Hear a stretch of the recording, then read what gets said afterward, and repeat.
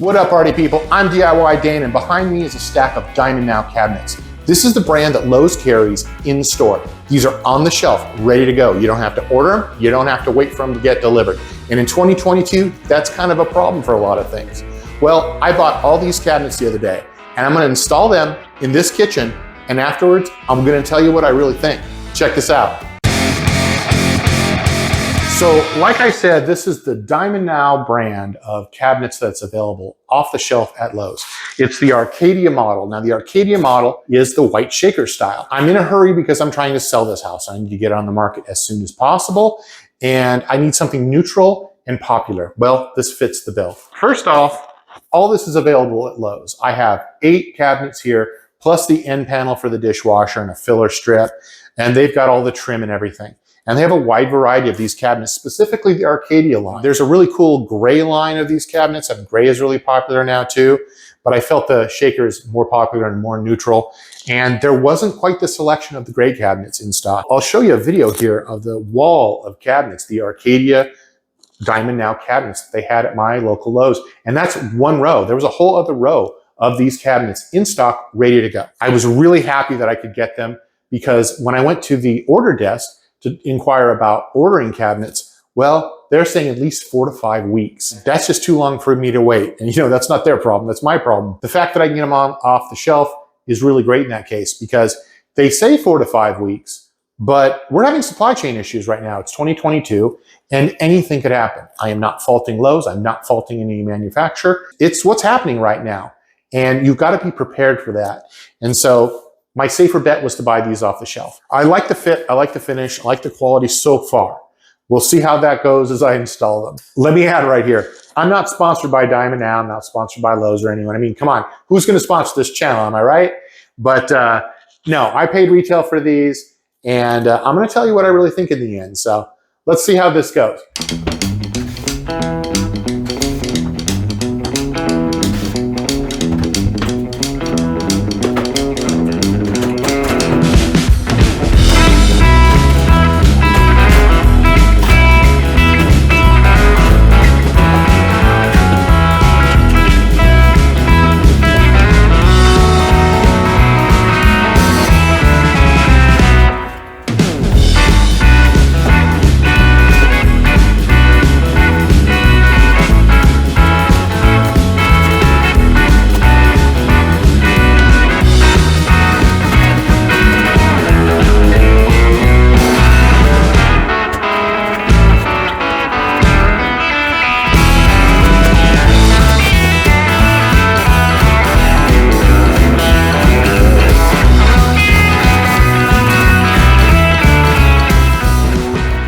Now, you don't have to do this step, but you may notice that wall is a little wider than it used to be. That drywall hadn't seen the light of day since 1982, so I decided to wipe it down with some white vinegar just to kill anything that might be stuck on the wall, and then I primered it with Kills Primer because I had some. After that, you saw me open the boxes, and I decided to throw some cabinets in place because I wanted to see if I got the dimensions right, and so far so good. I'm happy with what I chose, and it fits the kitchen well. So how do you decide what size cabinets to put in your kitchen? Well, if you had a modular kitchen like this, made up of semi-standard cabinets, you could measure those and just copy those dimensions if that's what you wanted. I couldn't do that because my cabinets were built in place and they were not based on any standard dimensions. Not only can you do that, but you can also look at your boundaries. What are my determining factors that limit my cabinet size? This corner is very important. And this corner is important because there's a refrigerator over there. Now, the refrigerator requires 36 inches. That's a standard opening for a refrigerator. Well, I need 3 more inches because I'm up against a wall over there and I want the door to be able to open. I need 39 inches there. Absolutely have to have that. Okay, there's a 24-inch space for a dishwasher. I have to have that.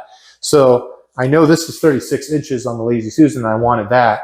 So that left me room for 60 inches in the middle so that I could do a 24 and a 36, which I chose, or I could have done two 30-inch cabinets. So there is some variety in what you're choosing, but you have to look at those anchor points, like the refrigerator opening. This area here is for the stove. That was important, but the number one thing was that corner, because everything's going to be built off of that corner. The upper cabinets, what I wound up doing was choosing the same dimensions as the lower cabinets. I could have done some things a little bit differently. As long as there was a 36 directly over the sink base, I could have chose different size cabinets for here. But what I wound up with was the same dimensions as the bottom. So there's a 36 above this 36. There's a 24 above this 24, 36 above this 36, and a 24 above the dishwasher opening, which is 24. That's the standard size for a dishwasher opening in the US. But then there's a 3-inch filler panel at the end. But that still leaves me with my 39 inches for the fridge. First things first, remove all the cabinet doors. I put all the cabinet doors in the living room out of the way. They're also in order the way they came off the cabinets. I'm going to mount these cabinets together as one unit. I'm going to attach them at the face frames all along the way, and then I'm going to level the whole unit. This kitchen's small enough that I can get away with that. So first I'm going to pre-drill. I don't care what anybody says. You don't want to just jam a screw into wood that is your finished wood like this. Now we'll probably just jam screws in without pre-drilling when we're hanging cabinets on the wall or mounting these cabinets to the wall at the back. But if this breaks, there's no real fixing it. You have to replace it. Now, yeah, there's probably a way to sand it and paint it, but that's a huge headache. I'm starting with the cabinet next to the stove and the Lazy Susan. I'm going to attach these together first, and I have lined them up the best I possibly could. It's flush at the top, it's flush at the bottom, and it's as smooth as it can possibly be on the face. And I've got a spot right here. I measured down 4 inches from here, just so the screws will always be in the same spot. I'm going to lubricate the screw with soap. This is regular bar soap. It's Lever 2000, the good stuff. Do they still even make that anymore?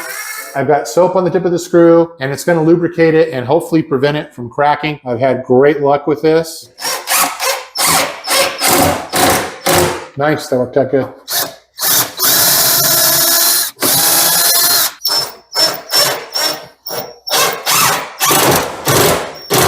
And there we have it. That will work.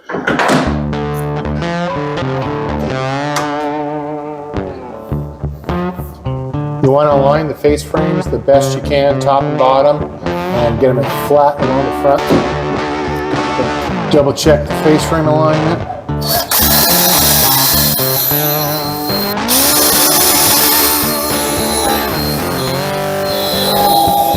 Don't forget to soak the screw. These impact wrenches, impact drills are great.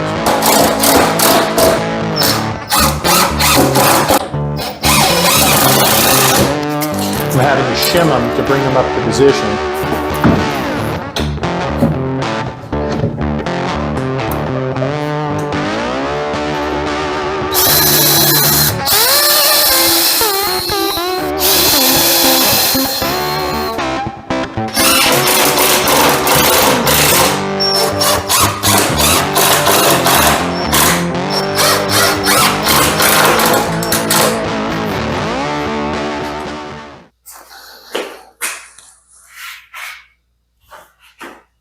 Well, I don't know about you, but I'm pretty happy with this so far. All the face frames are joined together. I use the quick grip clamps to hold them. I have a cordless drill and I have an impact, so I don't have to switch bits. So I quickly was able to pre-drill and then sink a cabinet screw. I used actual cabinet screws, not drywall screws this time. I used some initial shims to kind of get the cabinets somewhat level so that I could get the face frames together. And you know what? It's level. It is perfectly level right now. I'm not going to rush it. I'm not going to mount them to the wall just yet. I think I'm going to let this sit for the night, come back fresh in the morning, and double check everything.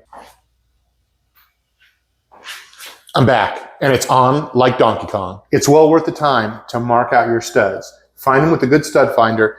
Use a really easy visual reference for them, and then I know all I have to do is find that blue tape, and I can go up or down, and there's a stud there, and I can mount my base cabinets on my upper cabinets a lot quicker and a lot easier. But I have this as straight and flat across the front as I can get it. Of course, everything's also level.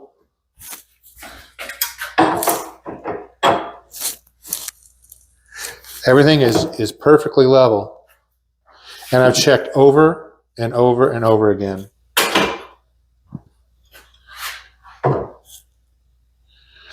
Level front to back, level side to side. Face frames are level, or plumb, I guess. I got them as straight as I can get them.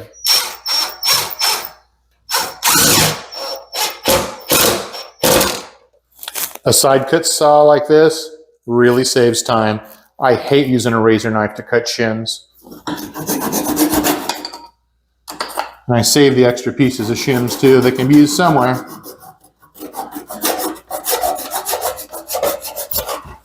After I cut off the shims behind the cabinets, I cut off the ones on the floor. It was a little more difficult. I had to lay down there to do it. I used the same saw, being careful not to cut into the floor and dull the saw or scratch the floor.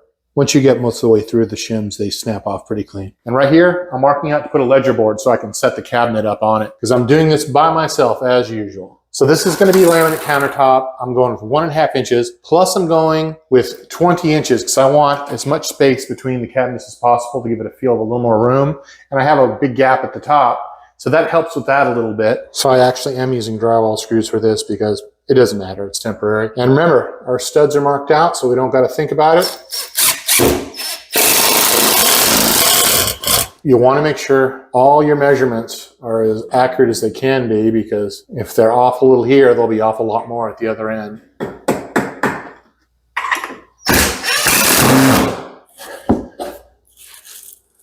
Except I forgot the screws. It's always something. All right, this time I have a bunch of screws ready to go.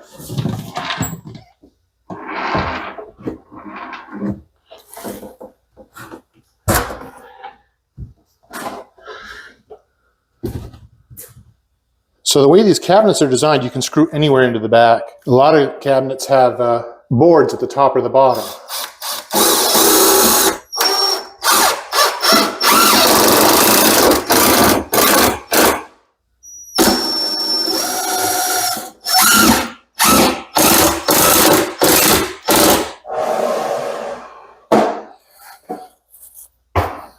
So on one hand, the lower cabinets are on the way. On the other hand, they're kind of helpful. So I'm putting screws top and bottom in the studs, and that's why I brought extra screws. This ain't my first rodeo.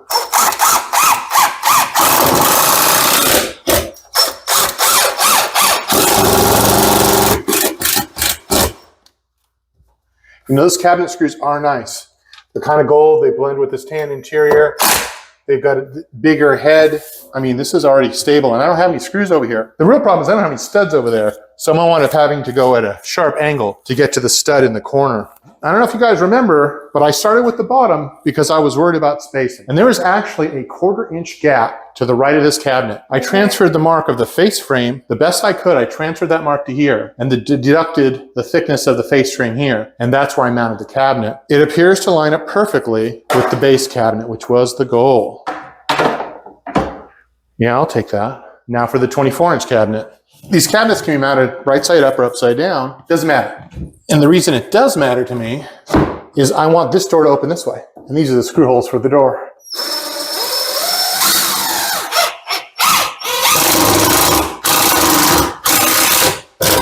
Be careful when you're working alone on upper cabinets. It seems a little sketchy, doesn't it?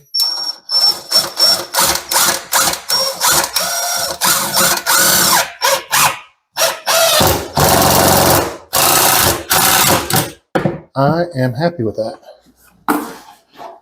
Remember how I told you I had to return a cabinet because it had a ding?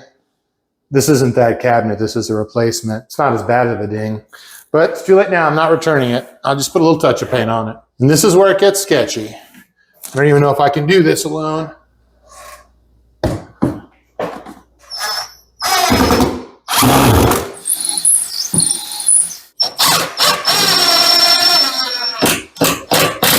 So this gap right here, that is the whole reason that I set the lower cabinets in place first so that I could line the upper cabinets with them. And it turns out I had to be about a 1/2 inch off the wall. To fill in that 1/2 inch gap, I'm going to use a filler strip that's available through the Arcadia line. It's at Lowe's right next to the cabinets.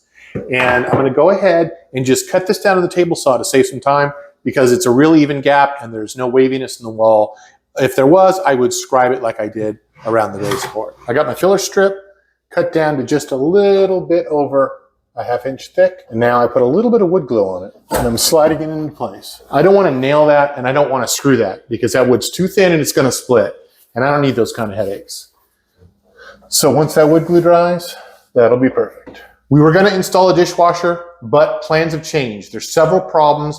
And you know what? I have a solution for this. This solves a lot of problems for me, actually. The filler strip was 3 inches longer than this. So this is 24 inches, exactly the width of the dishwasher. But when I added that 3 inches, number one, I didn't align with the upper cabinets because this product line does not offer a 27-inch wide upper cabinet that is 30 inches tall. That meant that I couldn't use the off-the-shelf laminate countertops that Lowe's has. There's one I like.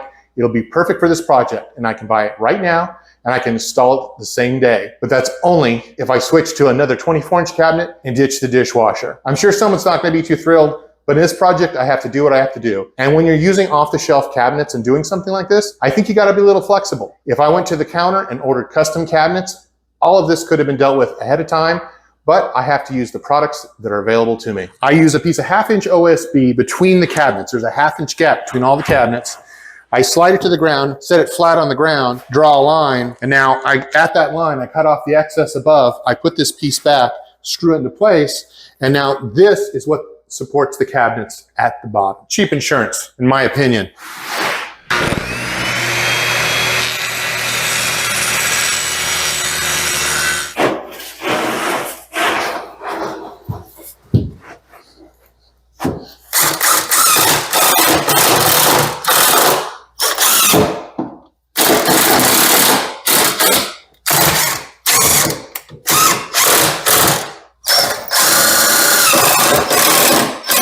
The last thing I needed to do was install the toe kick that covers the gap made by shimming the cabinets.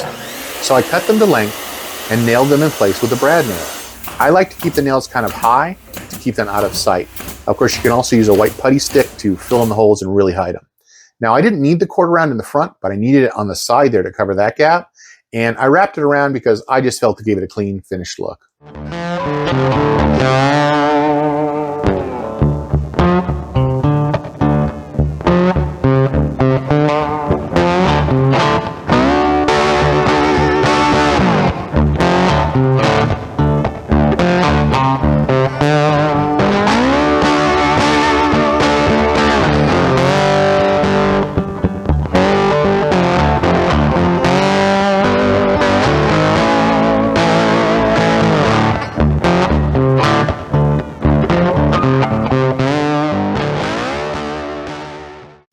That's it, I'm done. It was that easy. You know what?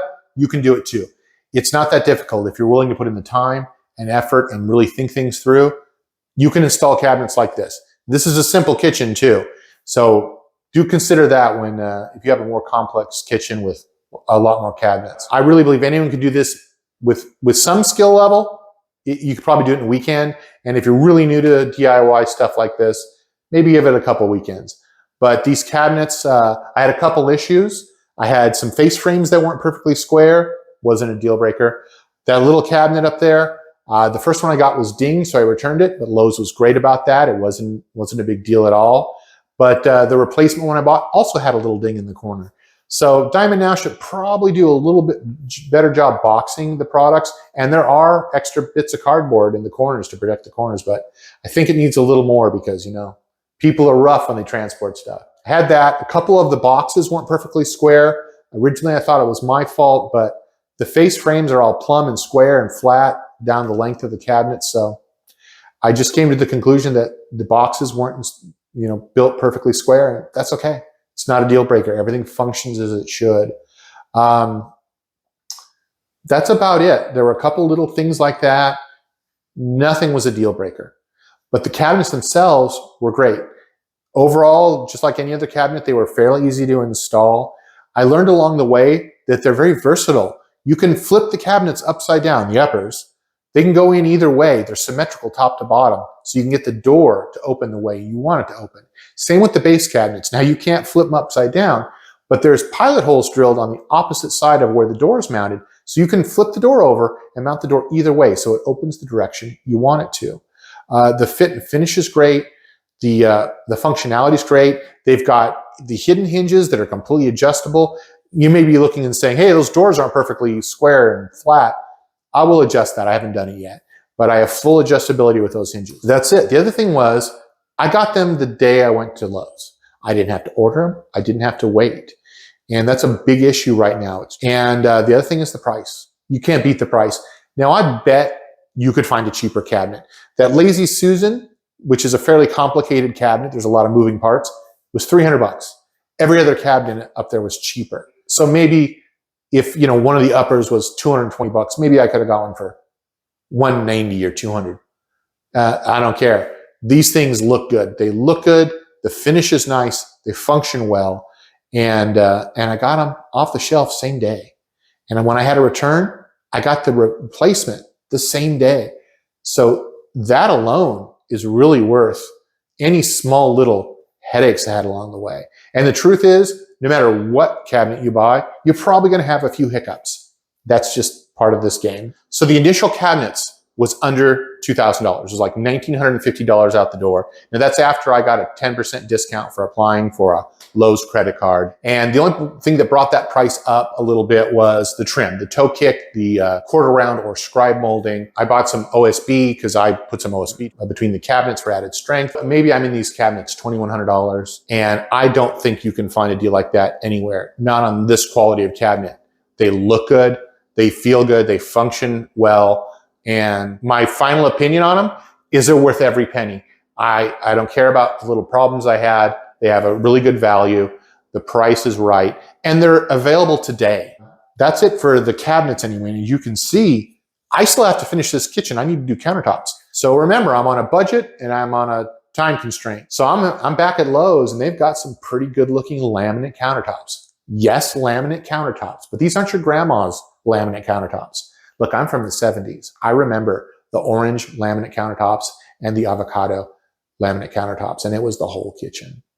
And wallpaper, nasty wallpaper. They've got some laminate countertops that look like modern stone. They have a couple choices, and I bought 2 pieces to fit this kitchen, and it cost me $300. And I'm going to do a video on installing those, so I'd love if you click on the link wherever it is on the screen or down in the description. Check it out. Let me know what you think. That's it for now. Thanks for watching, and remember, if I can do it, you can do it.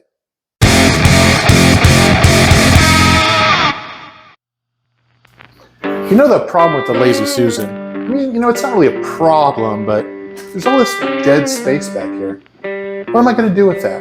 Well, you know, Halloween's coming up, and my good friend Dan Ledbetter over at the new VW Trends magazine, he'd be really disappointed in me if I didn't take this opportunity to spice things up a little bit.